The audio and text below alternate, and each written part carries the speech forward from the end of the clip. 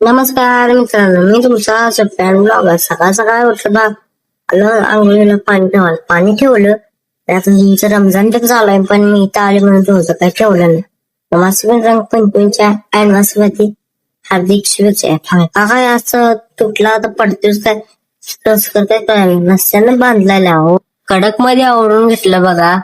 पण जरा कडक मध्ये आवरून घेतलं, जर आता ना तर ट्रॉफी मी आणलेलं तेवढं लावून घेऊया ना तर सपवून टाकल कोणतं. हे आणलेलं चॉकलेट, हे चॉकलेट होतं आणि साईडला हे काय एवढं मला माहित घेतलेलं मी बनवून एवढं काय लक्षात येईना.